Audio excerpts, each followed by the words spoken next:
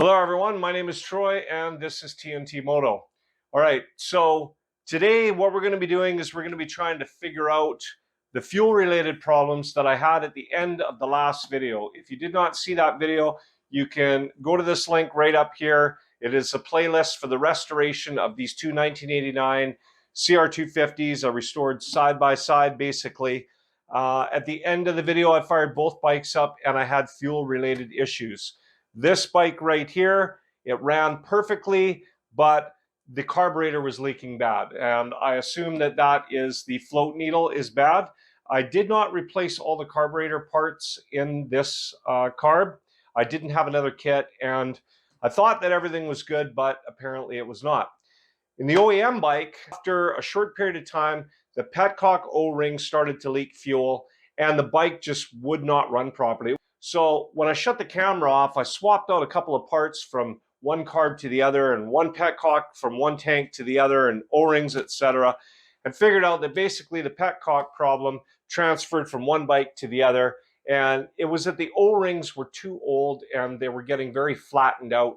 The other issue was the choke. I put a brand new aftermarket choke in. I won't make that mistake again. That's the second time I've made that mistake now, buying an aftermarket choke. The original 1989 choke that I removed from this bike and put in there worked absolutely perfect, and the motor was revving out and running properly. So I've ordered up a brand new choke. It's not going to be here for a week, but I'm just going to take the original one and run it in this bike. As you can see, this is not the original petcock. This is the petcock that actually came with this tank, which I know does not leak. It's only leaking from up in here. And here we have two brand new Honda O-rings. I had to drive 150 kilometers to get these today, but better than not having them at all. All right, so here is the O-ring that was supplied with this petcock. I'm going to show you this O-ring up real close with the stock O-ring.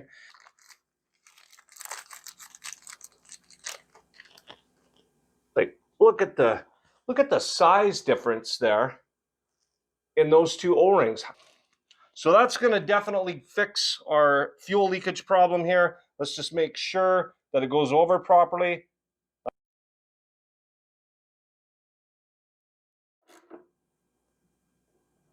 All right, well, there we go. Let's put some fuel in and see if it's going to hold.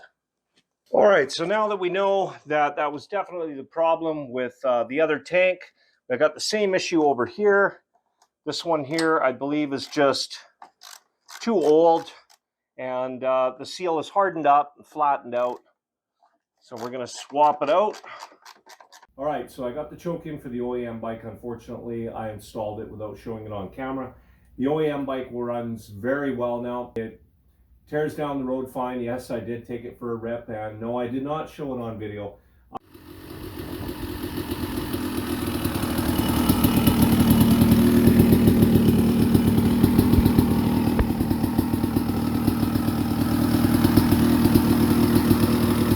What I've got here is my rebuild kit for this carburetor. It was supposed to take 3 weeks to get here. I got it in 2, so we are going to install it. I think the floats are just kind of holding it here. The other thing I think I'm going to do while I'm in here is I'm just going to change out the jets. I mean, I got brand new jets. Let's get our brand new one.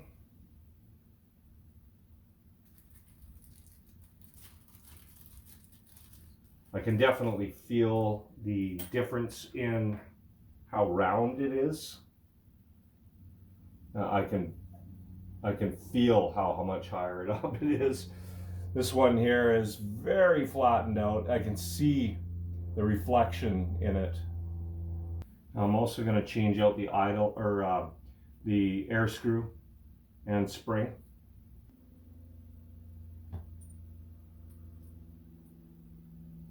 And we'll crank that guy all the way in, making sure that we don't push too hard or turn too hard when we get it to the end there. I'm at the end.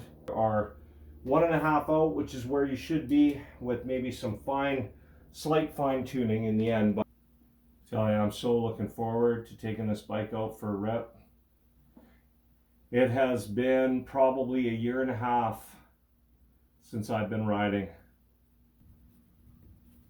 Let's turn that fuel on and see if we have any leaks.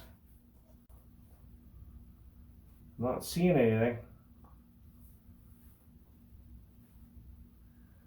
I'm thinking we take it outside, we fire it up and see if that made a difference.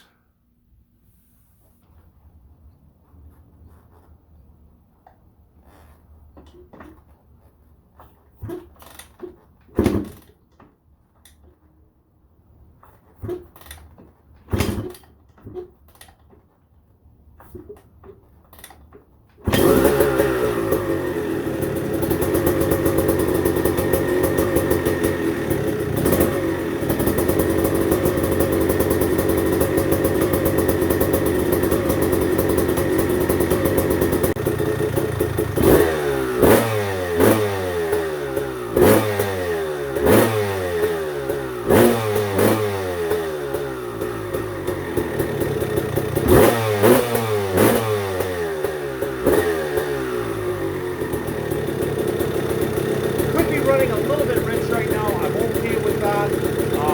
Definitely until I feel that it's got enough break-in time, you know, say about a half an hour. This cylinder was set up by Eric Gore. He said warm it up. She's ready to go rip it right away, but I want to give it about a half hour. You know what? I think I'm going to have to drop it off the stand and just take it for a little rip.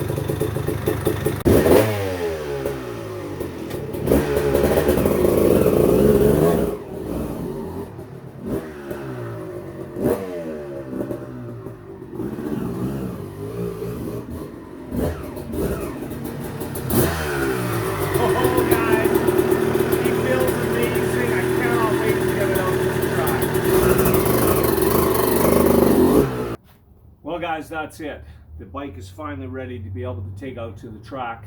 That carb kit made a world of difference, so I highly recommend if you're rebuilding the bike and you think that you can rely on your ultrasonic cleaner to get those jets absolutely perfect, probably a good idea to at least get new jets. I don't even think I want to lean it out at all. You know, they recommend leaning this big bore kit out a couple, but I think I'm just going to run it that way. It might be a little bit different if I have to go up into the mountains or something like that, but I don't know how much riding I'll be doing like that. And if I do, well, then we'll make the changes at that time. Okay, with all the repairs done to both bikes and them running perfectly, the OEM bike is up for sale. I've got some registration issues that I have to deal with on this bike, but my bike is fully registered. Now, I had planned to take my bike out, but the fall weather has caught up with me and it's pouring rain every day. The track is going to just become a soupy mess.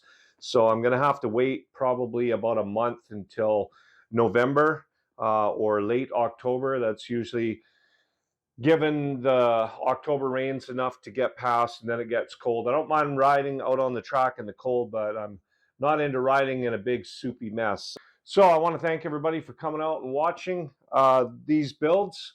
If you're new to the channel, please subscribe, share with your friends, leave some comments, and I'll catch you all next project.